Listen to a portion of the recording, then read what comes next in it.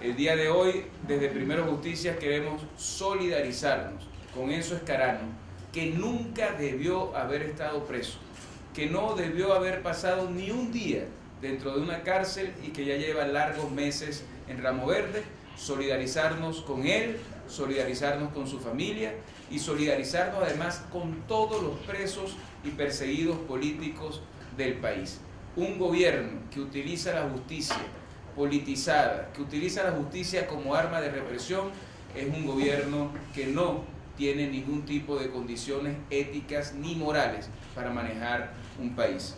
Y justamente en medio de la conmoción nacional que se ha generado en los últimos días por los hechos de violencia que permanentemente están azotando a todos los venezolanos, el día de hoy queremos hacer un llamado a la reflexión, a la madurez política, a la responsabilidad de este gobierno para que maneje de una forma seria, con la altura necesaria, la gravedad de la crisis que hoy estamos viviendo.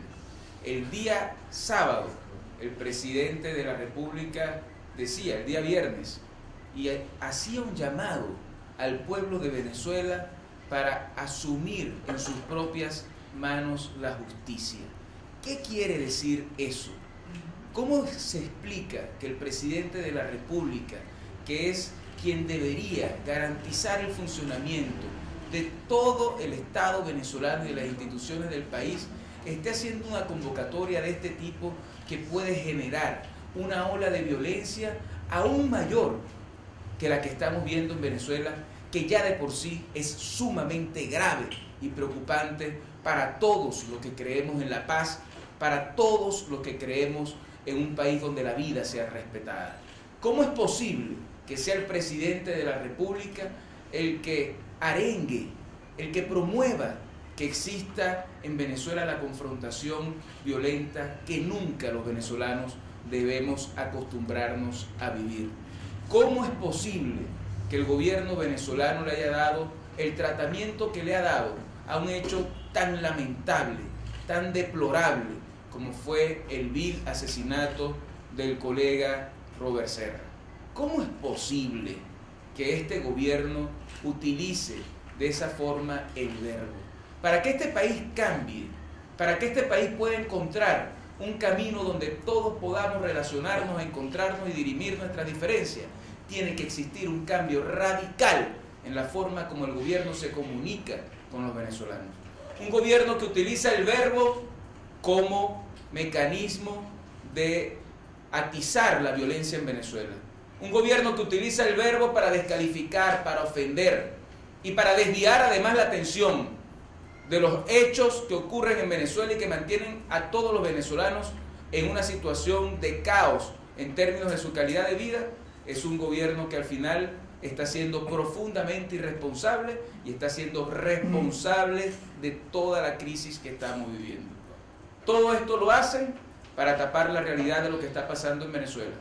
Todo esto lo hacen para tratar de generar una polarización en el país que nos ponga a todos a hablar de la confrontación entre los venezolanos y no de hablar de las causas por las cuales los venezolanos hoy no tienen alimentos para comer, no tienen medicinas para poder curar sus enfermedades, no tienen lamentablemente centros asistenciales a los que puedan asistir para ser atendidos de forma eficiente, no tienen cómo poder bañarse porque no hay agua, no tienen ni siquiera cómo poder tomar agua fría porque no hay luz en muchas partes de Venezuela. Y hoy lo que vemos es que los venezolanos todos los días viven largas colas en un país mientras el gobierno hace caso omiso de la crisis y de la guerra que viven todos los días los venezolanos para poder subsistir, y se dedica entonces al odio, a la división, a la polarización.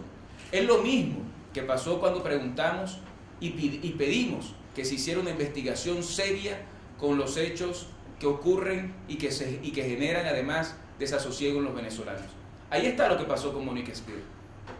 Meses asesinada, todos presos, menos el que disparó el arma. Ahí está, nos preguntamos lo que sucedió con Nairobi, periodista que fue secuestrada. ¿Dónde y cuándo el gobierno aclaró la investigación de ese secuestro y por qué nunca supimos lo que ahí pasó? Ahí está lo que pasó con Otaiza y siguen ellos diciendo que fue un hecho según el cual la oposición tenía algo que ver con ese tema. No politicen la sangre y la muerte de ciudadanos venezolanos.